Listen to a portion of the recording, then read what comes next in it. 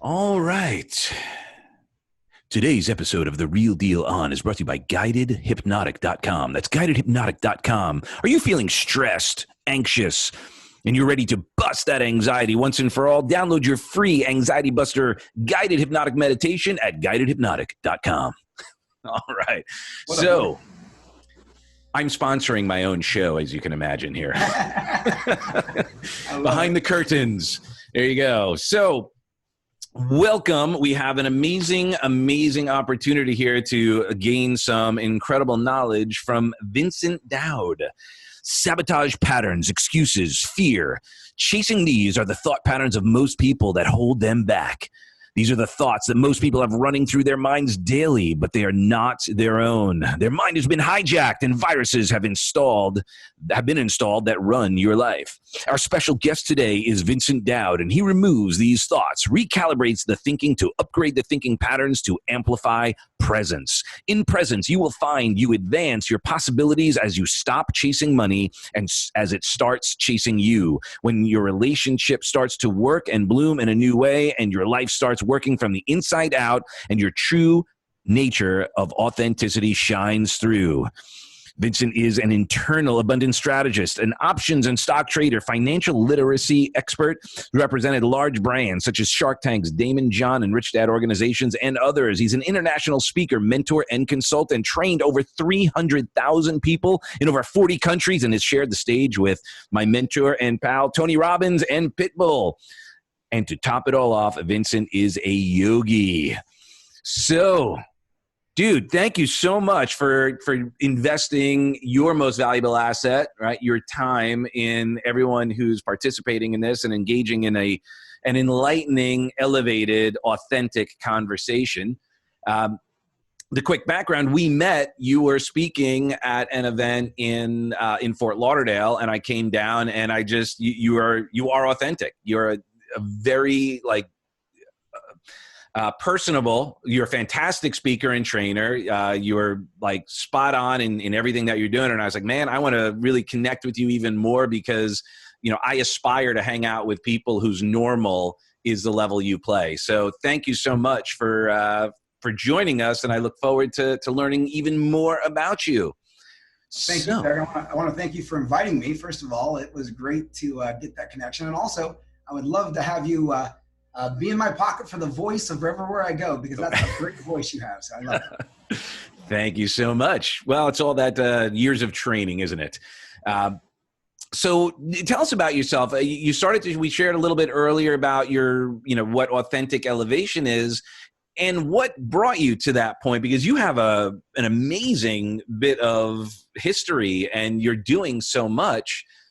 That idea of presence that is for many a reinvention or pivoting to stop being maybe who they think they should be and just be who they truly are. What put you on this path? Because I've been, obviously paying attention to your work and so forth, and I love it. I love tuning into your stuff, your sacred images and sacred geometry. All those other things are so important and brilliant. Where did you get all of that? Interesting question. And, it's funny when I look back at my life, and I think it's like Steve Jobs said, you don't notice how your life has worked out until you connect the dots looking back at it.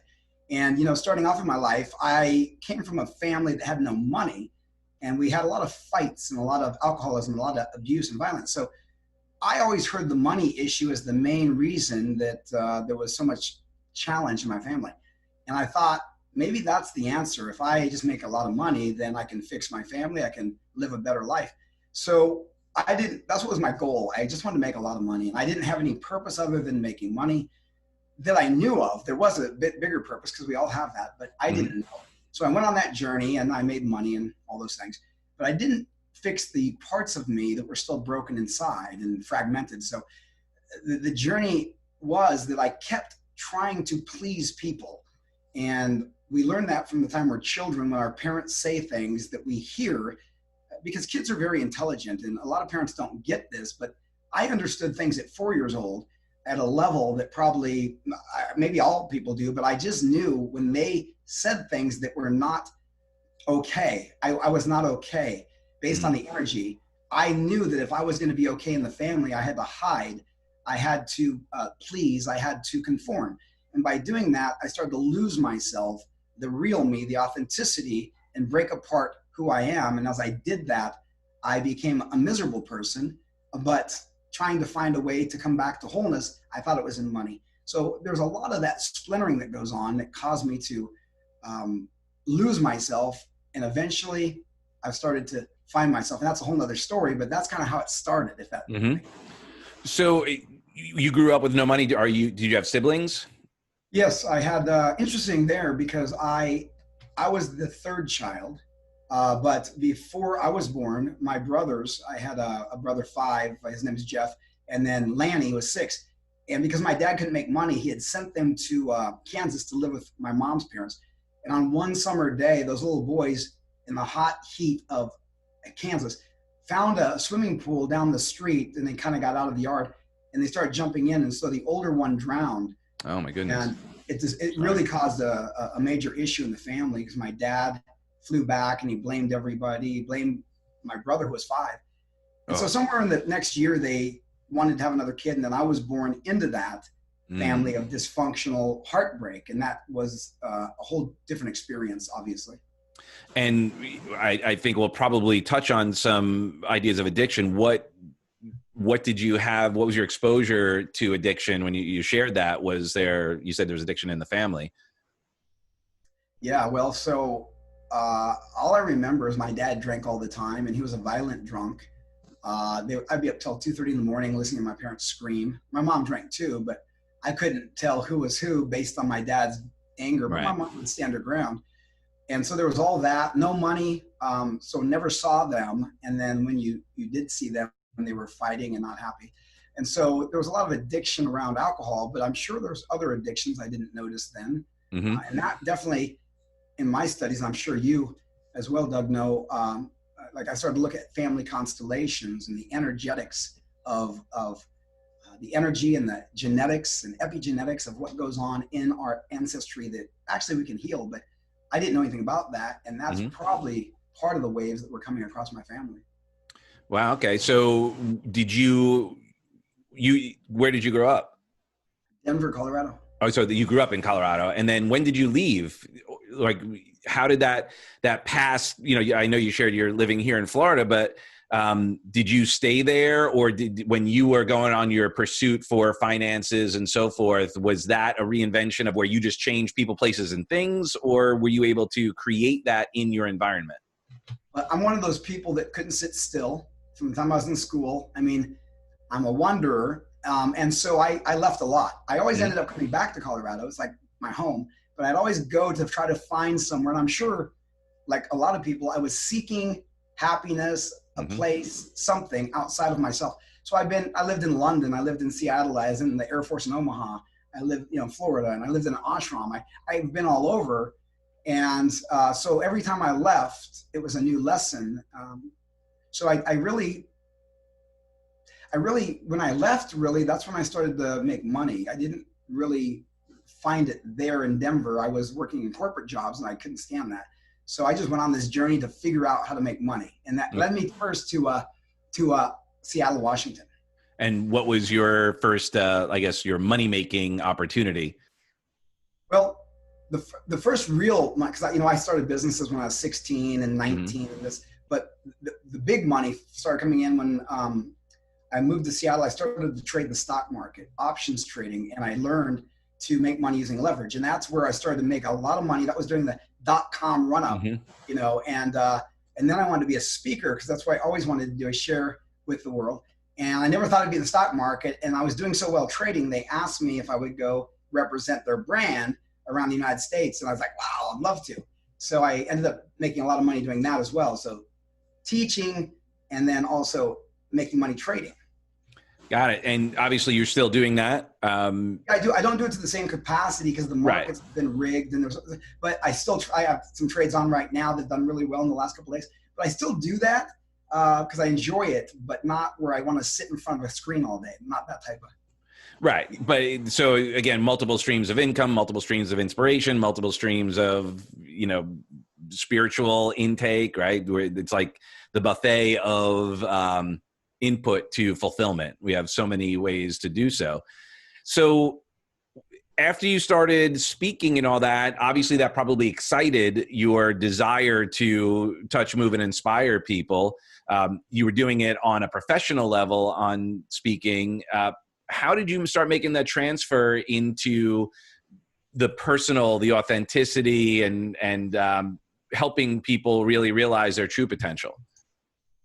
Well, for me, I mean, I had a heart for this since I was a little boy. I mean, I got into martial arts when I was 12, and I became a black belt at 16 and had my first class, which was amazing because it was my own business. And I loved what I did, and I loved influencing and seeing these kids come in, and these adults, and changing their entire belief systems and watch them grow because of their confidence. So that was the spark. So as I went through as a trainer and did all these things, I always had that seated in there, even though it was about making money in different areas. But what really was the catalyst for this is I had, during the dot-com crash of 2000, I got wiped out about 70% of my net worth in the stock market because I learned how to make a lot of money, but I didn't learn, and maybe I did, but I wasn't paying attention to the risk management aspects. Mm-hmm. So I got wiped out, and that was very tragic on my ego. And after about a year of sucking my thumb and saying I'm going to come back and do it again, I went out and started making money again. And this time I said, I'm going to do it right. I'm going to put it in real estate. Little did I know that was right before the big crash of 2008. So this time I got wiped out of everything. I started losing houses in Florida, and this is a domino effect, as you might know. And then I lost, my parents both passed away. My partner of 7 years, we broke up. So I was losing everything. And I thought, whoever this God is hates me, you know, and I had this belief system that I must be being punished. And at the time, I thought it was the worst thing that could happen. I lost everything. And I was listening to a book, and I'm sure you've heard of it, Doug, The Power of Now by Eckhart Tolle. Yep. And I was driving in my Mercedes, and he's saying some people have to lose everything, including their health, to wake up. And I was going through all of that, and it gave me such hope that maybe there's a bigger picture. And over the course of time, I had a friend of mine who I had done yoga. He didn't even like yoga, but he lived across from me in Orlando, and he got wiped out too. And he called me and said he's at an ashram living in the forest and sitting at the feet of a master guru of 87 years old in yoga. And he said, come here, you can live for free and you can study under the feet of a master. And I'm like, well, I'm broke. It sounds weird, but I'll do it. And that's where it started to change big time for me. There's other things that led up to that, but I think it'd be way too long to talk about everything, but that was probably a big catalyst. And that ashram was in India or in Orlando? No, it's a Ocala, Florida. In the forest, and it's Amrit Desai. So he started, if you've heard of Kripalu, the largest holistic health, he started that. Wow. And then he left there, a whole thing went on, but then he started another ashram years ago, and that's where I lived. Amazing. How long did you live there? 1 year. Was that the plan, or that you just, after the year, you were like, okay, I'm ready? Well, you know, I didn't know what it was going to be. I, to be honest, my intention to go there was probably not the same as the universe's intention. My intention was just to have somewhere where I could hang out and, you know, not stress out about having no money, and everything fell apart. But what I started studying something called Yoga Nidra. I'm not sure if you're familiar with that. Not sure. So the yogis call it yogic sleep, and it's like meditation, but it's laying down and it's guided.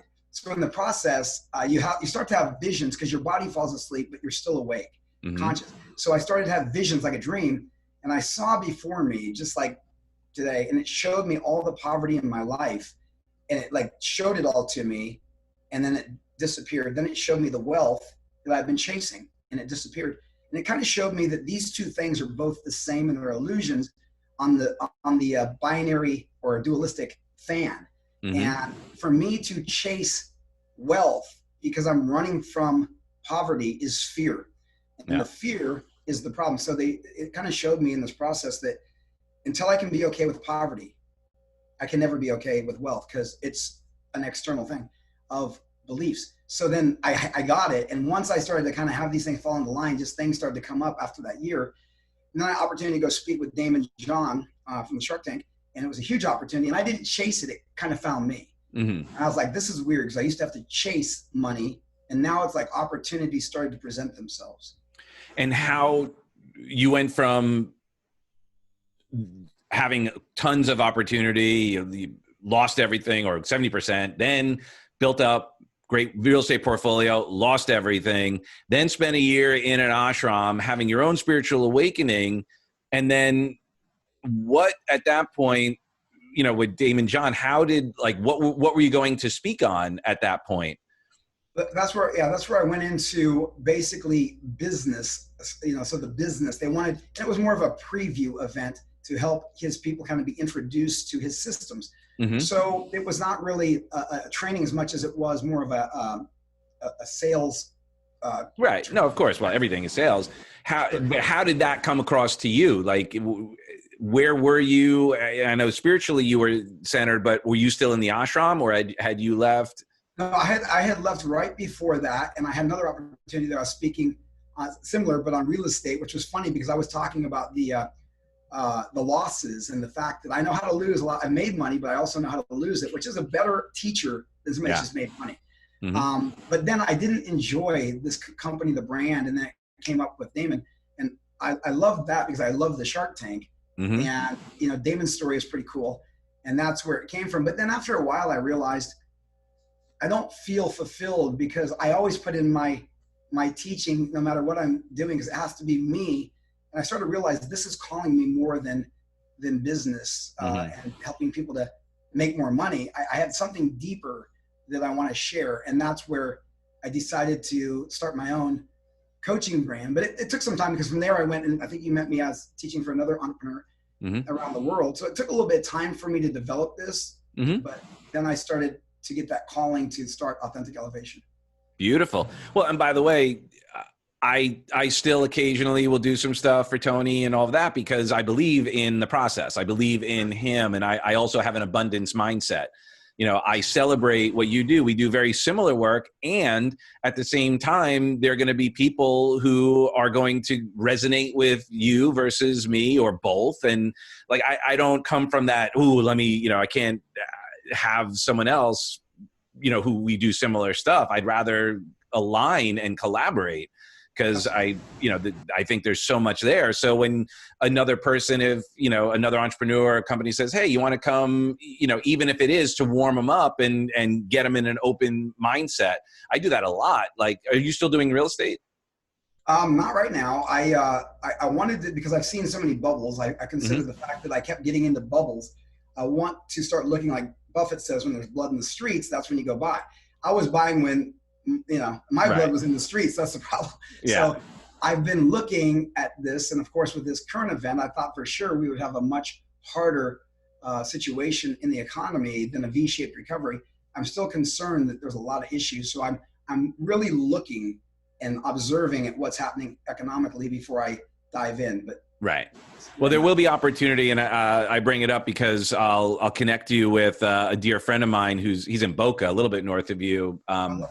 But he's got the Boca Real Estate Investment Club, and he's been doing it for 30 years or 25 years. He's been doing it for 30. The Boca Real Estate Investment Club, BRIC, has been around for 25 or 26 now. And David, when he holds events, I'll come and speak to, I'm an investor as well, but, I speak on the mindset necessary, breaking through the beliefs, not getting sucked into the stories and all of that. And so we'll hang out with him and so forth, and great group. But there will be opportunity coming. It's just going to be maybe in a different form, and it really being aware right now. And I think people are very, excited that it was a V shape so far, but I still think there's a lot of residual, there's a lot of stuff still in the pain in the pipeline, as it were, which is very unfortunate. That's something that I really appreciate what you've been doing as well, is being a light and being willing to ask some of those questions that others are not necessarily willing to ask. So I think, you're helping people live vicariously through the questions that you're willing to ask. The silent majority, and I play a little bit of that too, where I'm like, man, I just see a lot of pain, and all I would like to do is support the the forward momentum of healing, whatever that looks like. And for me, and the reason why I also touched on the addiction, and maybe you can see some patterns and you've already seen it, is that it's almost like it's addiction now, I believe. I think people have gotten addicted to the news. They've got addicted to the negativity. They've gotten addicted to the drama. They're getting addicted to the anger, to the frustration, to the bitterness, to the victimhood. And I know you've been playing a huge part in helping people break out of that. But to me, it looks like addiction. It looks like someone's relapsing, and they're just going to get a case of the F-its and losing it. I don't know if that's similar to the model that you've been processing, how you've been helping people, because you have that history. I don't know if you've noticed it that way. Well, thank you. Yeah, I agree with you though. There's a lot of addiction that's coming out, and a lot of they always say at the ashram, they always say energy follows attention. Mm-hmm. And what we focus on, we get more of, and it's so true. And I'm realizing as I see on my pages, even Facebook, how many people are so angry, whether it's the riots, COVID, Trump, whatever it is. But what I see is, and this is through meditation and downloading, that we're just projecting into the universe who we are. So the anger is coming from us. Nobody outside of us can cause that. It's inside of us. So Guru Dev would always say, we all have hot buttons, and people come along to push those buttons. And the first thing we want to do is get rid of the person because it agitates us. But everybody that pushes our buttons is our greatest teacher, because when we know that we have a button, they're shining light on it. We can then look at our button and say, what do I have to do inside of myself to heal? And then when I have the power back, nobody can push my button because I don't have one. And that's where the power is given back to us. And so for me, I got to honor anybody that causes me to react. As long as I can catch myself reacting, then I know that, okay, got to keep working on this. And so if people would look at it that way, maybe the greatest things are coming because of the worst things that they can believe are happening. And I found that to be true in my life. The worst things that I labeled became the best things. I 100% agree. And the idea of how quickly we want to get out of that pain, that's really the question. Because there's nothing like, I don't wrong someone for feeling what they feel, whatever it is, being hurt, being agitated, whatever that is. Then the question is, like you said, okay, well, what in me is responding that way? And then do I want to live there? And I see it like use buttons, like triggers. Like people are getting triggered up all the time, past traumas. From my perspective, one of the things growing up, I always felt like I was misunderstood. Yeah. Like that was my thing. And then now I'm feeling more misunderstood than ever, because when you raise a question like, hey, I'm, just asking a question here, and people getting upset just for posing the question. Absolutely. Right. And then Heidi, my wife, she was abused growing up. So she's seeing this as abuse, between the COVID and then seeing, what, the Black Lives Matter, like they're right to feel what they feel based on their model of the world. We're not denying that, but she's going, it's like, when people say, if they're trying to defend themselves, meaning like people who feel attacked and they're going like with the All Lives Matter, that whole thing, then she's getting triggered because it's like the abuser not admitting there was any abuse. And it's just this, like, it's crazy how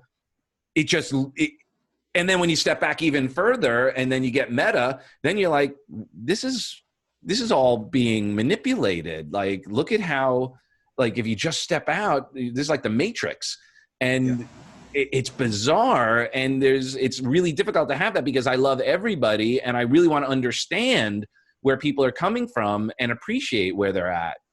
And that's even challenging because it's painful. I agree. In fact, you have the same view as I do. And I've gone through many views on this, because over every year and every development process we go through, we start to see differently from our perspective. And now I look at it and I see this very clearly now, which I wouldn't have before, because I lived in a lot of depression and misery a lot of my young life up until my early 30s probably, because I really was still messed up inside. But when I started to realize that, for example, racism, and this challenges people's thinking, because maybe they have cognitive dissonance and they don't understand how things work. And, last night I was watching Vishen Lakhiani, who started Mind Valley. He talked about 4 levels of consciousness. And I've seen how I've grown through those, but there's a lot of people that still haven't. And I got to understand that they won't see it the same way. But my belief is that we all have racism in us. Mm-hmm. And the only reason we see it in the world is because we're projecting it from ourselves. And Black people have racism. I've had the same thing happen to me. And I've done the same thing, whether it's in my thinking and not doing anything, just the thought about it, causes the energetic vibe. Mm-hmm. What I'm coming to understand is we are all inside of ourselves projecting into the world, and it's a mirror reflecting back. And what I see happening that a lot of people don't understand is they're trying to fix the world by changing the mirror. Like if you get up in the morning and you're putting lipstick on the mirror, you might think you have lipstick on, but when you leave the house, you haven't changed anything. Yeah. And the world's not going to change until we look at ourselves in our meditation, in our solitude, and say, how am I contributing to the war, to the violence, to the hatred, to the separation? And I think it's partly because we fragmented ourselves from the time we were born with the programs that others have installed in us. Doug, when my mom and dad, and I knew I'm gay, as people may know, but I didn't want to be, and I didn't come out till I was 38. When I was a little boy, I could hear clearly that you're not okay. So that part of myself, that whatever that meant as a 4-year-old, I knew I was different, but I said, okay, you're not okay. I'm going to crucify you. I'm going to put you over in the corner. I'm going to avoid you. I'm going to be somebody else. I couldn't break my body, but I broke my being, and I fragmented my spirit. And each day we do that, which so many do this every day. We have a broken, fragmented human being trying to find the whole world, but they haven't created wholeness in themselves. And that is my journey for me. And then I can see the world more wholly. So that's kind of where I think we need to go to heal. Dude, couldn't agree more, because it all starts from within. And oftentimes, with all of the pain, and it's not to sound cliche, but oftentimes, when we get so angry at someone, something, some organization, some attitude, some anything, that old saying that's like taking poison and expecting the other person to die. And like, and it's a personal journey, because I see it now, and this is what saved me.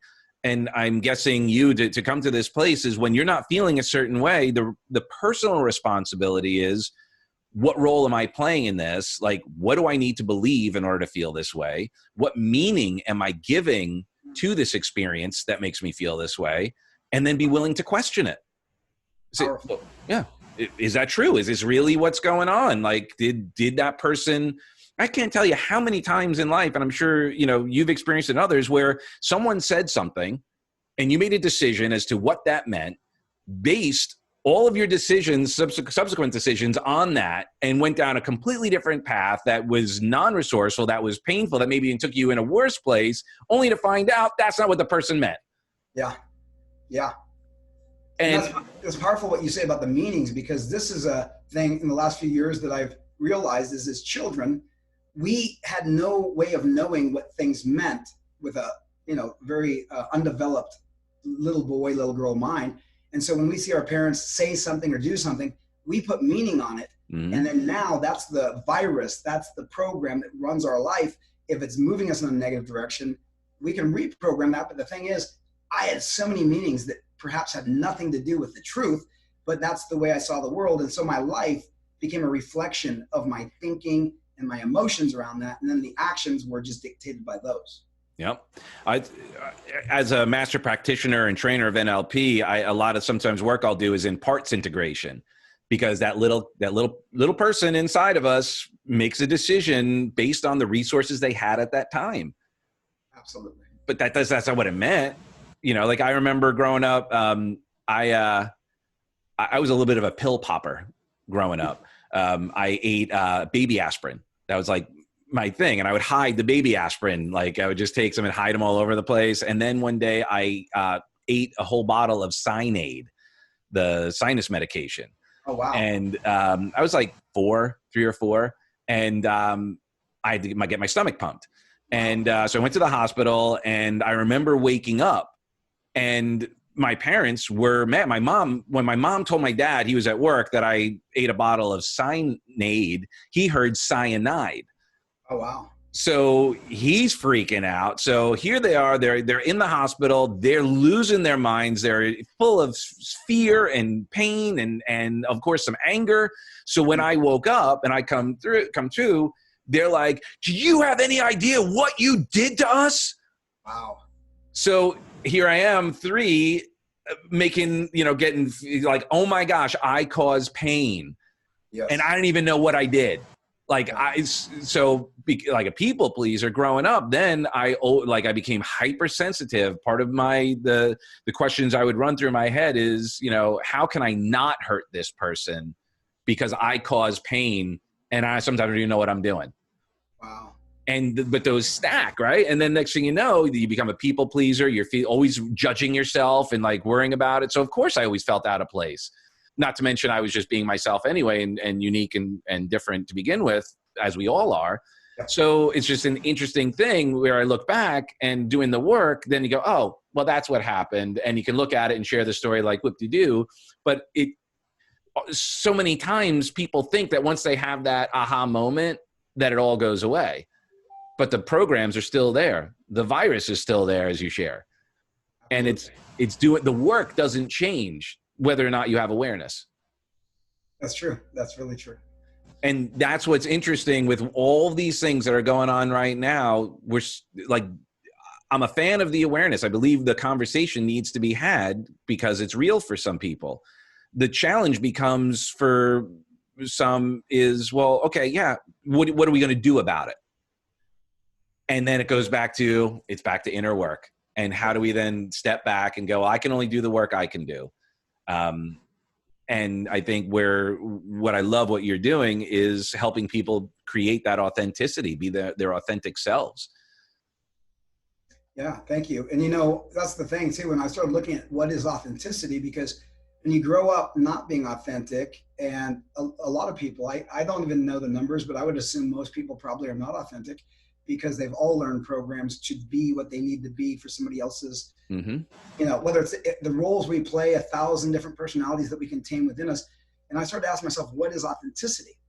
And one of the guys that I studied, Dr. Martin Ball, he's like, if you think about a dog doesn't censor itself. When it feels the energetics to bark, it barks. It doesn't think, well, I wonder what the neighbors are going to think, or I wonder if my owner is going to get mad at me.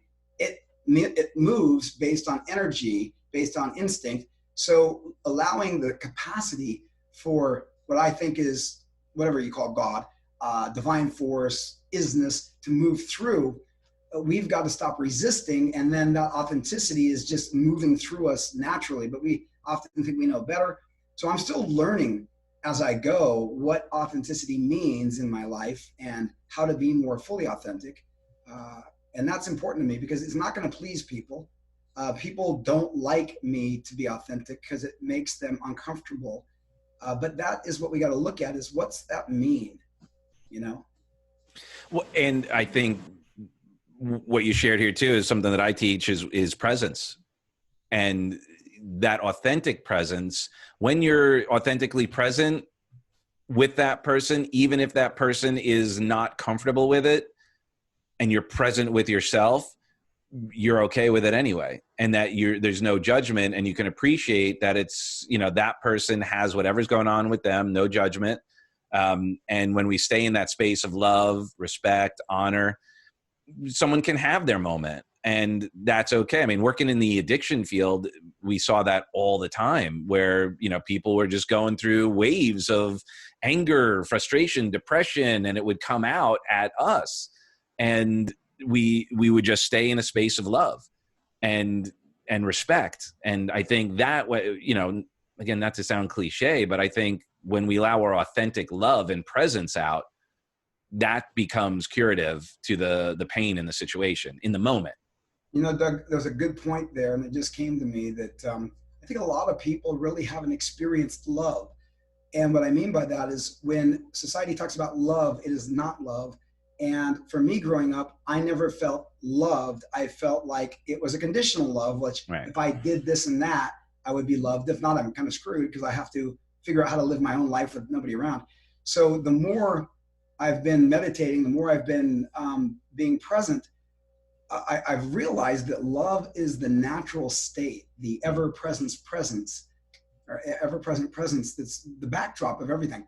And because so many people are trying so hard to find love, they're actually creating the obstacles where if we stop trying to find love, love is naturally who we are. Mm-hmm. When we drop the viruses, the programs, the rocks we've been carrying, it is our true nature. But we don't have to find it. We just need to drop what is not love. And that's the key. It's like all my life I went looking for love. And I became a born-again Christian when I was 12 because I felt like they said Jesus was going to love me unconditionally, right? And here I'm at 12, hitting puberty. I know I'm gay. I know my family. And I'm like, maybe Jesus will love me. So I'm like born again. I go to school with my Bible. I'm, saving souls, whatever. And yet, as I did that, I started to hear the preacher, and I started to realize they don't really love me because they said, now I'm going to hell. If you're gay, you're going to hell. And all of a sudden, I'm like, well, wait a second. I thought it was unconditional.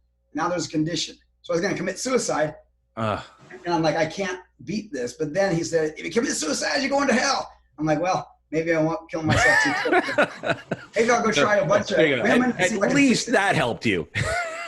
That was one good thing. Yeah. That one statement might have helped a lot. Yeah. So you always knew that you had something to offer, though. I'm going to hallucinate that even though you felt out of place, even though you were having that inner conversation based on external references and all of that, it's sounding like, and that's, I think, why I also connected with you, just, watching you work, is that you have that it, right? What I mean is everyone can develop presence and all of that, but you have, like, I could sense your heart. I could sense that you genuinely cared for the people that you were communicating with. You gave everyone, time.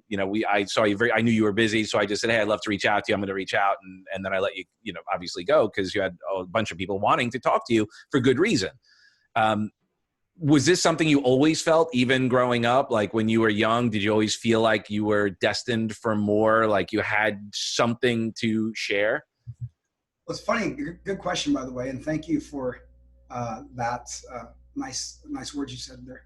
When I was a little boy, even though we had so much going on in the environment around me, I always felt very heart-oriented. Even the nativity story, I was very connected to it because of the magic of beyond this 3D space. There was something bigger that I felt was important. But my dad did not like heart stuff. The words that he would say would be the type that would break any boy that had feelings or cried. So I learned to put all that away, to go to my mind and to be somebody that thinks a lot, researches a lot. That's the value.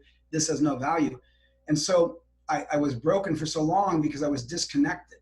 And coming back to the heart is a long journey for somebody that's built their whole life around their mind and their brain and thoughts. And so I'm still digging through the walls, but I've always felt like there's this bigger expansion of who I am, but not just me, everybody. And we're just clouded by ideas and so forth. So yeah, I've always felt like for me, I've wanted to inspire, motivate, and educate others. But there was a time, of course, many years where I still felt that, but I didn't know what to inspire them on other than making money. And so, yeah, I think it's always been there, even if it was hidden for a long time. And I believe that's in everybody to a certain extent. And I think that's our job, is to ignite that, to awaken it, to unleash it, all those cool. I mean, that's where those words, unleash the power within, awaken the giant within. There's only so many ways you could draw a square. And even when you look at the Bible, it's all there, even though there's some stuff that may not have been as pleasant. I think there's great messaging in there. One of the things, to whom much is given, much is expected. And what I look at that as well, and it's not just about tithing and that kind of thing. I think we are given that freedom of choice, and we can choose whatever emotions, whatever states, however we show up. And that has huge impact on not only our lives, but also the people we can connect with. And that like attracts like thing. So if we're walking around angry, we're going to collect and attract angry people. Absolutely. And what's so interesting is it's going down like a little bit matrix rabbit hole, but about the RAS, right? The reticular activator system. Algorithms on Facebook. It's a digital RAS. You engage on like negativity, and then Facebook algorithm goes, oh, you want more negativity. We're going to put more of that in your timeline. When you engage in the good stuff and all that, Facebook just goes, oh, you want more of that. So I think the key and what you're talking about is when you get heart-centered and you can break down those walls and come from that place, you're going to connect to more hearts, connect with more love, connect with more acceptance. And then the judgment goes away. Absolutely. And I think that's the key. I love that example, by the way, the RAS and Facebook, because it's so true. I noticed, here is the funny thing, because I don't particularly like social media, but building a business online, you kind of have to be on it.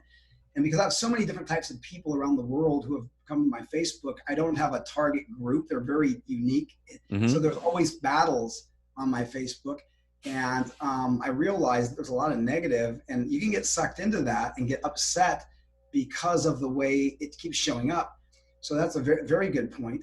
And the other thing I wanted to state is, learning to love people regardless of what they think, feel, or say about you is probably the hardest thing in the world to do. But I think that's the magic. And I know I was talking to somebody the other day that talked about, I think his name's Lester Levinson. With the Sedona method, something like this. Okay. Anyway, apparently he changed his whole health. They sent him home to die with cancer, and he just started discovering what made him happy. And he thought it was when people loved him, he was happy. But he discovered that's not true at all. The truth is he was happy when he loved people.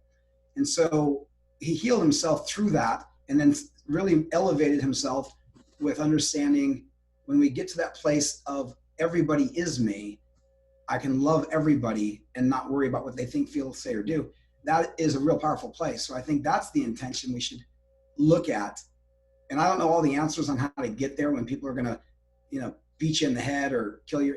All those things are challenging, but we just got to take one step at a time, I guess. And that's where I think our work is so important, is awareness. The thing is, it's so complex. We're always going to be learning. Even the masters are learning. Like, I think the more I learn, the more I realize, the less I actually know. And yes. The more I need to be even more open and ask even more questions. And especially if I say those 3 words, I know that, my brain goes, okay, now where's the scotoma? Because you just said one thing, which means there's a whole bit of other stuff you're not aware of. And getting into that place of openness. And that's the challenge, because when we see like our daughter, we have a 5-year-old, she has a 5-year-old's model of the world, and she'll want to do certain things. And as someone who's older than 5, we know the consequences of what may happen. And then the balance of, well, how do we let her feel the pain of whatever, like how much do we shield? And I think part of what has happened as well, looking at kind of where we're at right now, culturally, I think potentially because people started having children at a later date, they wanted to be perfect, and they shielded people thinking they were loving. Yeah. When that's not always the most loving thing to do. The most loving thing to do would be to also allow them to know what's really going on. And I think that may be part of because there was like a weird thing, like for me, when all the concept of racism, I didn't really see it a lot growing up, and my world doesn't have it, but it exists. And I wonder if so many people were isolated from it because they were protecting from it or whatnot, that it was still there and kind of in the shadows, getting stronger and then showing up for some people. Again, I don't know. I'm just asking these questions. And that happens in every area of life. That happens in business. It happens in relationships. It happens in spirituality, where our model of the world, we're trying to fit it into our model instead of expanding our model. I agree. And it's interesting because I grew up in a neighborhood where we had, Hispanics, we had black kids, we had me, and I had no real racism there because my family wasn't, that I recall, had any issue. I had kids over that were different races and, whatever. But along the way, I probably developed some, because I think it's fear. And if you get accosted by certain groups, you develop a fear. It's a generalization. We can't help it. That's right. That's right. And that's probably why there's stereotypes. But then I sort of realized too that we as society, the news propagates this, but they look for differences to divide. And as an NLP, I think you're probably an expert here, but I've never taken a course on it, but I've been around it enough that I know when you chunk up, you get agreement. Where you chunk down, you get disagreement, because very few people. So when they keep dividing us into boxes, it's easy to create an ism to separate, because we're never going to get wholeness when we keep separating ourselves. Like in the gay community, I didn't know, and I just thought gay meant I like guys versus girls. That was it. There's no, but no, now there's all these letters they keep adding to the end of LGBTQ. I don't know. And every time they do that, the tolerance disappears, because now you're in a box. And how can you look for commonality when we're looking at the differences? It's so true. And what's so crazy is we are so much more alike than we are different. And that's what's so, one of the things that when Heidi and I, when we worked in the treatment center, one of the basic presuppositions that we would always have when we would meet somebody is we would look for what we love about them, what we appreciate about them, what is unique about them. And now I feel like we're being conditioned to look for the differences. Yes. And like, it's so weird, because like I celebrate the differences, right? Because that's how I grow. That's how I learn. But I also, more importantly, celebrate our similarities so that I can support, so that I can, hey, we're on the same path. We're here to make a difference. You have, like, it's so interesting, because I think the more we segregate, the more we chop stuff up, hopefully, the more we'll find out we are the same. And I hope this is part of the natural evolution, of some sort of spiritual enlightenment, where we have to go through this process. That's the only thing I can really hope for in this, a silver lining. I'm happy that we're having the conversation. I had, a friend of mine he's a good friend. I had him on, he's black. And I just asked him, like, dude, I'm sorry. Like, can you share, like, maybe I'm missing something. What has been your experience? And he shared, and I was like, yeah, okay, that's messed up, and I can see why that would be upsetting. Well, we've all had that. I'm not, like, it's not making any, but that's not the time to do it. And I think that's the challenge, where when, it's like in any argument with your best friend or your wife or your husband or whatever. And then, while they're sharing their pain, then you go, yeah. And then you tell them about your pain. Like, I don't want to, like, like, did you ever see the video? It's Not About the Nail. No, I haven't. I'll send it to you. And it's this woman, she's got a nail in her head. And she's like, I'm just feeling this pain. And it's like, right, this throbbing. And the dude's like, well, it's you've got a nail in your head. She's like, hey, don't try and fix it. Don't try and start going into this. That's so funny. That's true. That's such a great metaphor of what happens in people's lives. Yeah. And people genuinely care. So they want to fix it. Sure. Or they want to show that maybe, from their model, how they're not seeing it. And it comes across as denying the existence of the challenge. And it's such a complex thing that people want a simple answer to. Yeah. And that's why they need people like you that can help parse it out and chunk up while chunking down at the same time is a great example, as you're showing, because the chunk up is we're wanting happiness, we're wanting peace, we're wanting love. Chunk down to some strategies, some mindsets, some beliefs, and start working on those to, kind of peel away, as you were sharing earlier, what's preventing that. That's a good, I love that. And also, I've been learning more. I think you might know, I've done a lot of plant medicines and worked with shamans, and expanding my consciousness beyond anything I've ever done on the planet has really brought revelations. I could, it's like the old quote that was like, he who knows does not say, and he who says does not know. And I used to think as a speaker, that meant if you talk a lot, you probably don't know a lot. And I kind of like, well, but then I didn't understand what it really meant until I did plant medicines. And I realized the reason that those who know cannot say is because there's no words ever that can define the truth. Therefore, people that say are not even close to the truth. And so you have to experience that. And then what I realized in experiencing that is if I could keep my presence, my awareness, it depends where you're looking from. And so many people on the planet, by dividing, are looking from not consciousness and oneness, they're looking from the separated human who then sees everything as different, angry, a violation, whatever. They create all these compartments, and I do too when I'm from that place. But when we pull back and we're looking from everything is one in the quantum field, there's only energy, there's one life, there's not your life, my life, there's only one.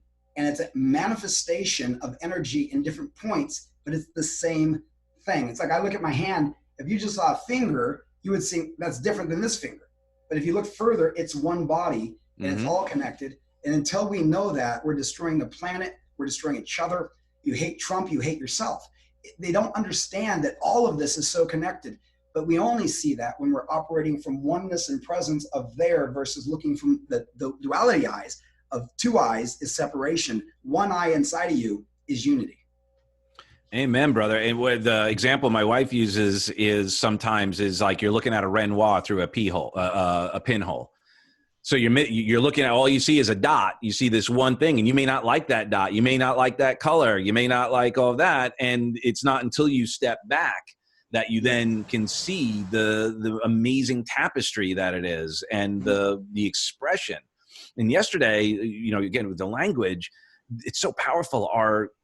The power of language is limiting as well.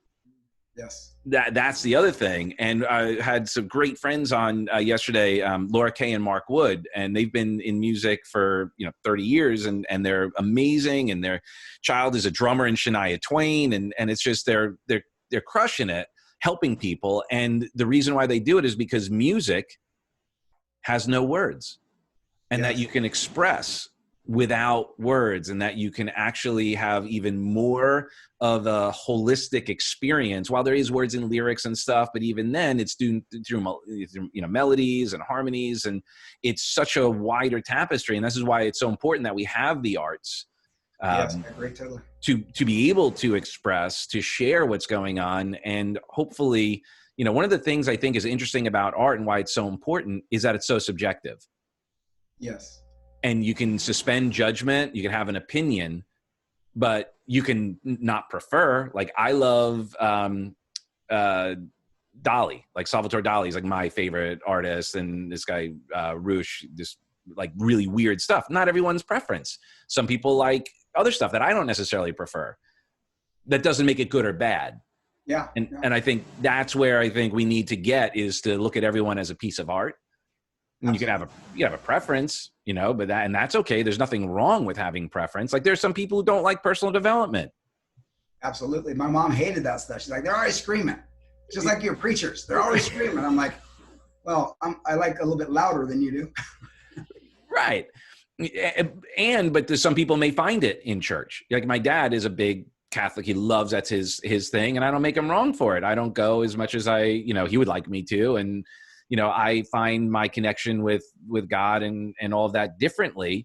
But if we could all relax and allow people to go inward to find how to release their authentic self. Yeah. It would be a game changer. It's really good too. You mentioned something there that I wanted to go off of. Oh, sorry. No, it's okay. I lost it. It'll probably come back, but I didn't want to interrupt, but it was kind of off the point that you were talking about just a second ago. Art. We were talking about art, subjective. Well, that was it. Art. Yeah. So you mentioned that we talked about differences separating us, but so here we go again. This is what my big intention is as I sit down to meditate. First of all, I ask myself, who am I? And I keep asking that again and again so that the words disappear. The only thing that's left is I. And the I that is me is not the small I. So then I start to look at, like, there's a lady that I see over here in Las Olas. Her name's Cindy. She's homeless. And every time I see her, I go talk to her. And what I'm working on is looking in her eyes to see consciousness that it is me. Instead of looking at her beard that she has growing and the smelliness and the cigarette butts, which has always separated me from the homeless, or whatever it is we judge. And instead of looking at it all as a symphony, and I might not like all the songs, but they're all beautiful. But the thing is, the symphony is the wind, the movement that causes all that to sing. And the instruments are all different, but together they all create this beautiful universe. And that's what I'm realizing. If I can come from that place of, let me see consciousness, myself in everybody's eyes, and don't let me judge everything, and let me see the difference as beauty, even if I don't maybe like it. Let me learn to see it all as beautiful. That's brilliant. I have a friend of mine. Her name's Lord's Lane. You should check her out. She's a musician, and she has this foundation where she brings into schools. She has these programs where it's for little kids to kind of adopt their superhero identity, right? So their superpower is, my superpower is honesty. My superpower is freedom, whatever. And it's brilliant. But every once in a while, she has these posts, and she's like, I see beauty. And she'll just take a picture of whatever's going on, and it could be, like something that by most standards wouldn't be beautiful, but she's like, I see beauty. And that's the choice. Again, to whom much is given, much is required, much is expected. Can we see right now the beauty in the pain? Mm.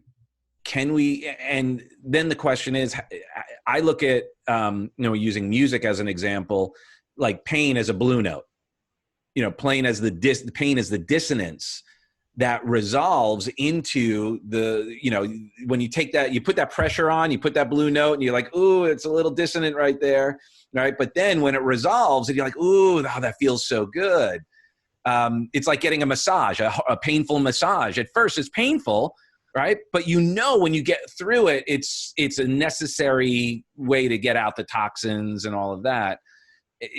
And I know that's almost hyperbole with what's going on right now because it's so serious, yet we can't change what's going on right now necessarily, or what's already happened. We can only change our relationship with it. Absolutely. Absolutely. And again, it comes back to, you can see the world the way it is. I guess what it was is, you can change what you're looking at by the way you look at it. Right. Right. And so, I totally agree with that. And the interesting thing is, again, every time I'm coming back to that duality of pain, the pain gives us the contrast to feeling good, like a massage. So you have always these contrasts. As long as we're in human biogenetic suits living in third dimensional space, we're going to have duality. And we love to label one thing good, one thing bad. And that's why we have so much problem in the world, because men have been trained not to be okay with their emotions, not to be, these things. Yep. So a lot of the problem is the fact that men could not feel, and therefore they don't feel. The wars did this. They taught them not to feel. And then we got a bunch of men that don't feel. They passed that on to their kids. And now we have a messed up family unit. And I started to realize, and really it was a plant, I'll just put it this way, psychedelic, the most powerful in the world, but I've never experienced unity until this. And when I experienced myself as all things without seeing everything, but just knowing everything, then I realized we're all really one. And there is no separation. The pain and the good feelings are the same. Everything's the same. But as long as we are using brain and mind, we're always looking at duality. It's hard to understand unity. And so coming from that place and resting in our true nature, Yoga Nidra does that for the good example. Is I always use the example of the wave and the ocean. If you think of consciousness as the ocean, and you're going below the ocean, you don't know anything going on. There's no movement. It's just like the air around us is just isness around. But when you go to the top of the ocean, there's energy, there's movement. The wave is coming out, and there's different sizes, different colors, different lengths of life. Mm-hmm. And a lot of people think, well, look, there's the wave, and they separate it from the ocean. But the wave has never left the ocean. It will never return to the ocean. It is still the ocean. It's just taken a form.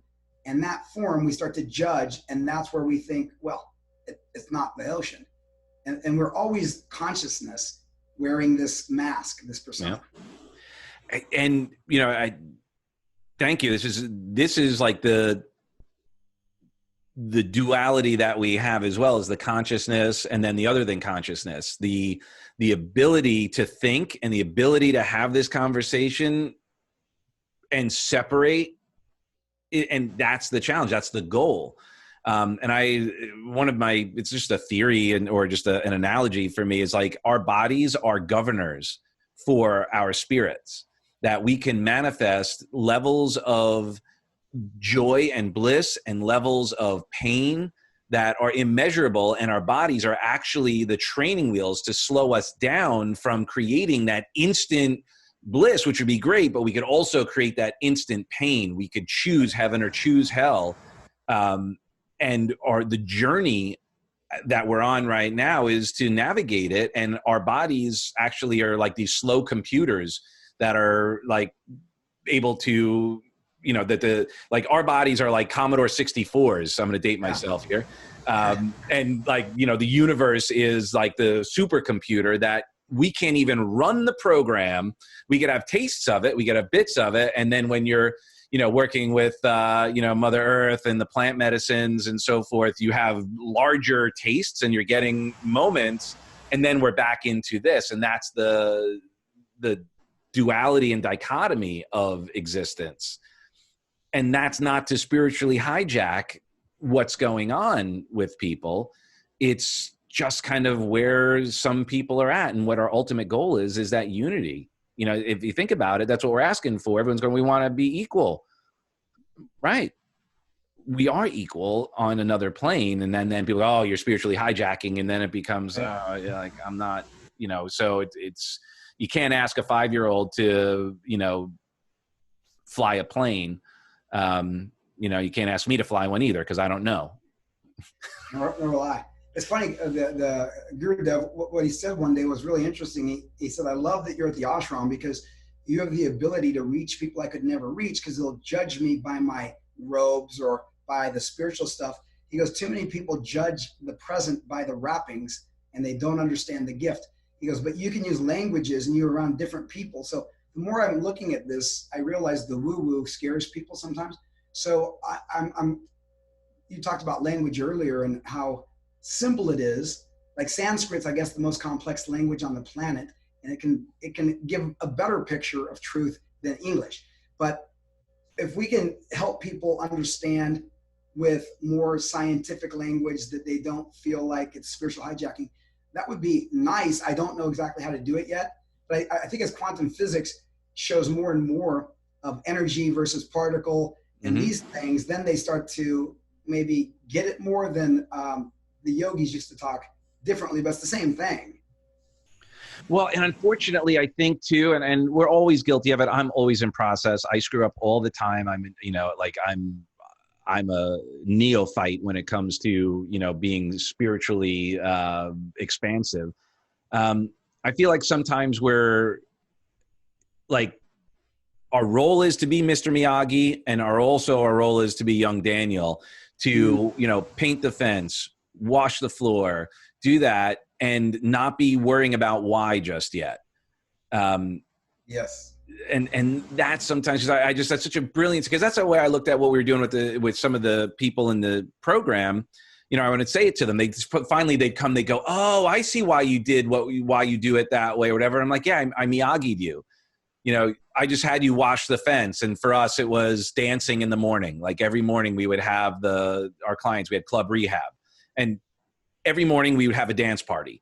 And they're in treatment. They just got out of detox. They don't want to go come in and dance at 7:30 in the morning, right? But there was reasons for it, right? And then finally, we have them jumping up and down and doing the affirmations and doing the board breaks and, the vision boarding and all of these things. And at first, the woo-woo-y, they're like, oh, this is stupid. And then they'd come full circle and be like, oh, that was paint the fence. That was wax the car. Got it. And then they can apply it. How do we do that in a grander scale is, I think, just keep doing what we're doing and ask the right questions. Good. You might remember, maybe I shared this story, but when I went up to the ashram, I was very angry because, I used to be a millionaire and I'm in my head about what I used to be. So the first thing they always do at the ashram is they put you in the kitchen duty to wash dishes. Yep. And of course, that's how I started making money when I was 12, to make my own money, to go to my. So did you get triggered? Oh, I was so triggered. In fact, we had a yogi. She was a very bad cook, and she burnt every pan in the ashram. And I was there till 11 at night. I'm really pissed off, washing these pans, cussing. And I remember a yogi came up to me and goes, "What's wrong with you?" I turned and said, "I used to be a millionaire. This is bullshit." I was just going off. And he said to me, you know what? You're not a millionaire now. What you are is a man standing in a forest washing a pan. And when you can find presence, peace, and joy in that, you'll have everything. Well, it's meditation in motion. And he walked away. And I didn't get it then because I was in my head trying to filter that. Like, what's that mean? How am I going to, but then through the yoga nidra process, in yoga nidra, when you're laying there and they do this guided meditation, your body falls asleep. So you're not thinking anymore. There's no judgment of who I am, what I am, money or anything. You're just oneness, but you're still conscious of it. You're just not judging anything. And you realize in whatever moment you can be everything you need to be. It's not about doing it. It's about being in it. And I think that's why that old thing, before enlightenment, chop wood, carry water. After enlightenment, chop wood, carry water. Nothing changes in the external world. What changes is our perspective of what is going on. And that's all that needs to change inside of us. Amen, brother. And that's conscious transformation as well, because change is going to be automatic anyway. Like the world is changing right now. And the question that you started sharing earlier about how could I be more authentic? How could I be me? Who am I? By asking these guided questions, that is where it leads us to our ultimate outcome, right? I mean, those power of questions, because you could have been sitting there as well, like, how could I have lost it all? Why am I such an idiot? Why, right? And then ask and you shall receive. And then, because, and then you could have all of these, you could continue to program yourself and own that as your identity. Yeah. And I did that for a while, so I know that's exactly what that was not serving me very well. It never does. And, I think that the biggest gift that we can continue to give others is to open people's minds to the power of what are the habitual questions we're all asking. Mm-hmm. And that's a challenge because sometimes there's not an answer and we want an answer now. And that's, maybe we just need to find a different question. And a lot of times I think it's the presupposition in that question, right? So a lot of times we're asking, and we just look at marketing and all of that. That's where we got to clear our minds, is not be inundated, because that's what marketing does, is ask, have you ask questions, or they're giving you answers. And of course, no one would advertise a diet program. This is going to be really hard, really challenging. It's going to be uncomfortable. The food is horrible, and you're probably going to be hungry a lot of the time. Sign up now. No one would do it. They'd be like, I don't want that. Like, I want the quick, easy way. And well, now there's the question you're asking. What are you asking for? The quick, easy way, or are you looking for the best way? Yeah. And the funny thing about that example, the ones that buy it would probably have tremendous results because they're willing to do the work. And you won't get a smaller group the sales, but you'll get better results. Right. Well, I look at this as, the work that we do as well. And not to sound cliche, but it's such a beautiful, amazing movie, is The Matrix. And we're just giving people the option, red pill or blue pill. Yeah. Yeah. And that's all we can do is give you the opportunity. What we do with, once we take the red pill, I love that, I'm only showing you the truth. I'm not solving the problem. Yes. It's up to you. And we're all Neo. And I see that coming up more and more today. When did that come out? Like the 80s, or was that 90s? It was in the 90s, I think. Yeah. So ahead of its time. And today we see people are even saying all the time, the matrix is falling. And I've never seen in my life, and I'm sure you the same, such waves of what's going on the planet with division and anger and separation and things falling, and the banking system and all these different things. But I try to tell people that it's okay, because our consciousness is expanding, and we cannot have the same structures in place on this planet if we're going to grow. Right. As Einstein, I think, that said, you cannot solve the problem at the same level of thinking that created it. And we've got to, last night I was watching Vishan, and he said, there's a phase called beautiful destruction. And I thought, wow, that's pretty powerful, because a lot of us go through that where in the moment it seems so painful.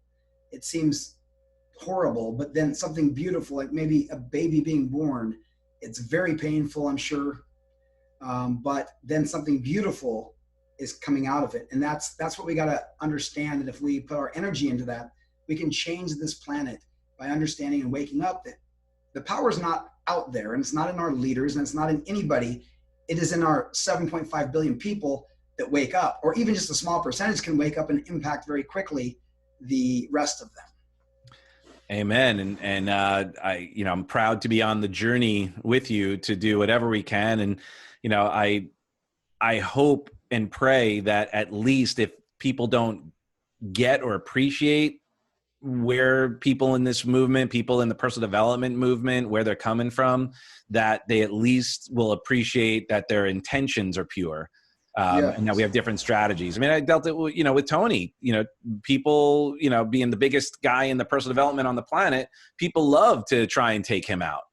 And they don't know him, and they know nothing. And when I was working directly with him and out in the field, it'd be so crazy. You'd see what people think of Tony or people in the personal development world. It's all snake oil. It's all whatever. And, okay, that's cool. I'm not here to convince you otherwise. I'd love to give you a taste of it, come check it out. But, that's all I could do is lead you to the water. I can make you thirsty.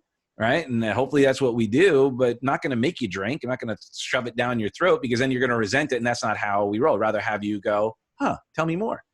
Yeah. Yeah. And that's the funny thing I've learned, because I used to tell everybody in my seminars, in learning how not to be the person that tells you the way you should do it, which is what I grew up doing, because, especially when I started speaking, that was the training. You give a lecture, you don't let people talk because they'll open a can of worms. So I learned how to just be the teacher, which I didn't like in school. I struggled in school because they were always telling. And then you became it. Yeah, and then I was struggling. I was already dyslexic and everything else. So that didn't work for me. And I'm telling other people, but because I thought I knew a lot. When my dad kind of made those ideas that I wasn't smart and whatever. So I went on this journey to study, research. And so I became very intelligent in the mind. So I wanted to share. I always know what's right. But then that was, I guess, the biggest thing I had with the plant medicines is when I had the experience, I realized I don't know anything. And then going into be coach, as a coach, you're not telling people, you're asking questions to pull out of them what they already know, but they're just covering up and they forgot. Right. And so the asking of questions, I think, is the most powerful thing we can do, because once we think we know, we've lost it. I think it's when we don't know and we keep asking that we find a closer opportunity to know truth, even though we probably will never define it here. Well, we're back to the language. Once we try and define it, we're locked into the limits of the language to begin with. Absolutely. I mean, one of the things I always start my trainings and whatever events I have, I'll start out with, look, don't believe me.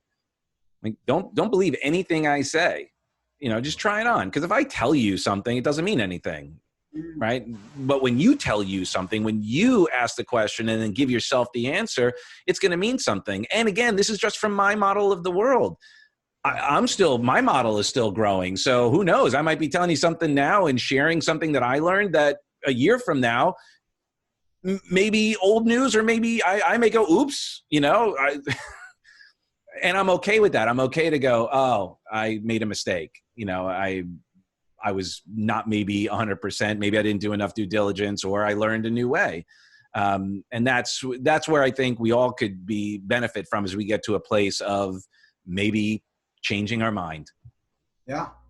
I don't know. Maybe it could be that too. And that's the challenge. To do it. From being hard and rigid, I'm not going to change, to maybe I'm looking at the world differently. Or maybe I'm looking at the world wrong, or not maybe wrong, but maybe I'm looking at it from only one dimension. And the more we open it up, the more we find our own truth about, that journey. And I just want to, first of all, do it for myself, to keep learning, I guess, more about me. I don't think I need to keep learning more and more to overwhelm my brain, because that will distract me from who I am. But I want to keep learning from my experience of isness, so that I can be more accepting, like the ocean, everything, versus the wave that's here and gone. And, Beautiful. Well, I mean, I'm on that journey with you, brother, and I look forward to. I'd love to, find a way to do some events together, because I think that, I'm a big collaborator. I look at now, especially now, like the super groups of the old days, like the Titans would get together and create a super group. And then rap, the reason why rap blew up the way it did in the 90s, they did the same thing. They all supported each other. They would be on each other's records. They would, cross-pollinate their fan base, and they became, juggernauts in the industry. Awesome. Because it wasn't one person, and you're seeing even Tony starting to do it now. Tony recognizes it. So he's doing those things with Dean and Russell, and he's expanding his base because he knows that he'll be more effective when we work together, as opposed to each of us being an individual and fighting for our, whatever, that's where it becomes not a we, it becomes a me. Yeah, the competition model, and that's, I think, was taught in the industrial school model, is you got to win. Now, growing up where I did, the kids that had dads there that were very competitive would kind of beat their kids up if they didn't win. I didn't have anybody around, and I was not winning usually. I didn't like the model. I felt like I'm always a loser, and there's a winner. There's no other winner. There's only one. And although people think that's good, and I know on a level of consciousness that serves the planet in economics and competition, it's good for winning for one. But when we move to a collaboration model, I had this vision the other day, because I've always wanted to not come back to Earth, like if there's reincarnation or Tibet Book of the Dead. And, I've studied all this. I'm like going, I really don't want to do this over and over. Like, I'd like to learn the lesson. And so I thought, well, if I can just enlighten myself enough and I don't have to come back, then I have this revelation that, well, I don't win until all sentient beings win, because they are me. And as long as there's suffering on this planet, I haven't won anything. When I win, everybody wins. And that, to me, is the collaborative model. And when we get money out of the picture and we get the things and the status, we can start to say, all that will come anyway. But what's most important is that we heal ourselves, which is everybody, and I'll heal the planet and heal our world. Well, amen, brother. And I wonder if sometimes as well, like I believe in healthy competition, in that, like, as an example, when I was in this band called Fat, and we're signed to A&M and Sony, and we were one of the, and I say this with humility, one of the best live bands there were at the time. And this is in the 90s and early 2000s. And the reason why we were so amazing performing is that we competed with each other on stage to be the biggest, like, exemplar of showmanship. But it wasn't like you win, you lose. It was, let's just have fun. Who can jump higher? Who could have more energy? Who could, like, and it was a playful, it was fun. Yeah, and then the other sense of healthy competition is when we all win, when we're holding each other to higher standards, and it's not like a dominating win. Now, when it comes to sports and stuff, that's a little bit different. I believe there should be, because then it gives you a bar to challenge yourself. It's the meaning we give to, it's not that someone's better. It's not that someone's just like, okay, in that moment, that person outperformed. That person may have been more present and was more connected, and now we have an exemplar. So instead of beating ourselves up, and we accepted it as just part of nature and celebrated when, because like, as a great example, I remember, like, I studied martial arts as well. And I remember growing up watching the martial arts movies. Yeah. And after the fight, they'd be like, I got to know you. This is good. You fought well. And there was no, it was an acceptance of, okay, you bettered me this time. Yeah. And now I learned from you. Yes. And I wonder if we could have that relationship even more, if that would support us in maybe even competing who could get enlightened faster and then lead the way. And you're right. In the sense of competition, in the sense of competing with myself to always be expanding, bettering myself, competing healthy to call others up to a higher level is amazing. I did another early on some downloading on this, and I realized that a lot of the people that run the planet are very competitive. But I believe when I saw the psychosis of a lot of the kids when I was going through football or whatever, and they had to win no matter what, because that was so critical for them.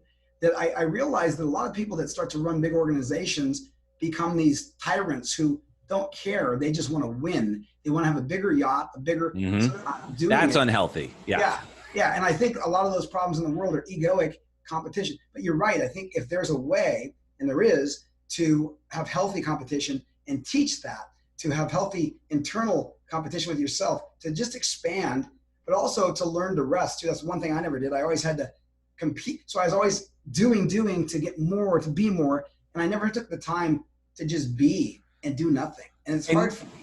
And maybe this, you know, a few of my friends that I've spoken to about this, and even my wife and I, you know, there are blessings in even this shutdown. Oh, yeah. Because again, we couldn't change it, right? So there are some blessings that we found from it. A friend of mine, I don't know if you know Gene McNaughton, he was Tony's VP of sales for many years, and then he was the president of Success Resources. And he's like, man, I was going and going and going and going. He goes, this was actually great for me in many respects, because I got to actually, you know, stop for a minute. Huge. And find out what's most important. And that hopefully, and maybe, and not to go down, you know, we've got to wrap up, but to go down another rabbit hole with, you know, maybe some of the intentions of the energies that created what's happening right now, that maybe there's backfiring a little bit, because, and I think that's why they're doubling down on some more, you know, agitation of other energies, because at first, you know, while I saw a lot of opportunities for pain, and it's going to happen for addiction and abuse and all of that, I think people were able to represent themselves. And I think they, you know, as much as there was division around mask, no mask, it's real, it's not, whatever, there were people who are like, well, okay, but hold on, I'm starting to get some energy back. I'm starting to get some love back. I'm starting to spend some time with my family that I wasn't before. I'm starting to be able to reprioritize and find a way to balance moving forward in an ecological way, in a sustainable way. And then, you know, the powers that be may have been like, oh, this isn't going to work. We got to throw some, you know, fuel on a fire here. Yeah, and part of that balance is I was reading articles. I was looking for the good. I posted on my wall. Let's list the top things you see that's a benefit of this for you. And it's interesting, like, you know, dolphins coming back, the canals cleared in Venice, and they weren't dirty. We had animals in Yellowstone National Park coming down. They've never in history been down that low because there's no people. So the skies started to clear, pollution dropped.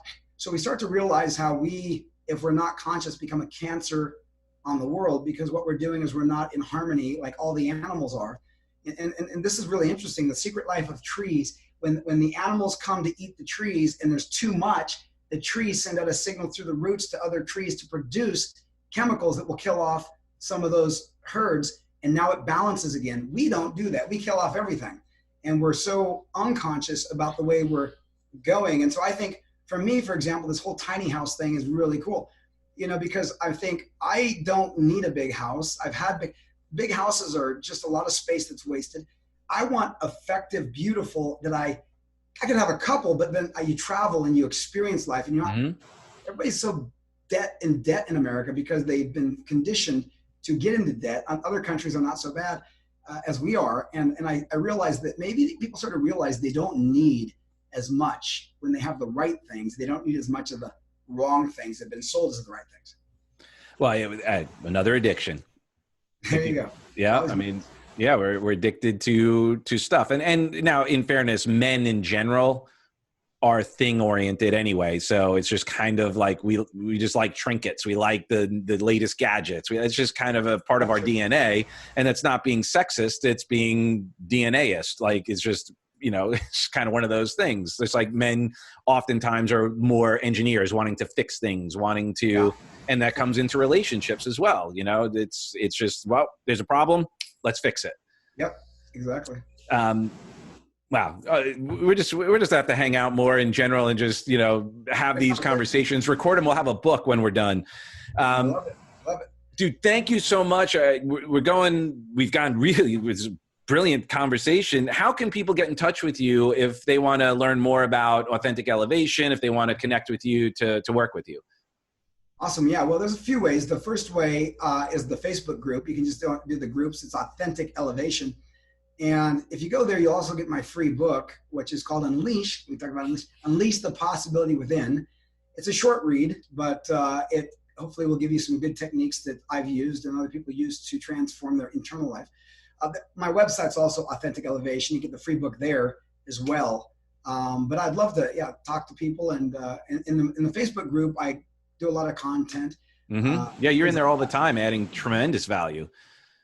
So I love seeing you when you're up there, and you know, I when I have the time, I tune in, and it's always spot on, brilliant, heartfelt, present, and authentic. And you know, I'm blessed. We're blessed to have you share yourself authentically, and yeah, I look forward to more rock with you. So thank you so much. And I always end with this: I love you for who you are and who you aren't. Good. Well, thank you very much, Doug. I appreciate you inviting me. It's a wonderful conversation. There's nothing better than having conversations like this that resonate at the same frequency and exploring different areas. So I appreciate it. It's been a great time, and I look forward to doing more with you on my journey, and as well as yours.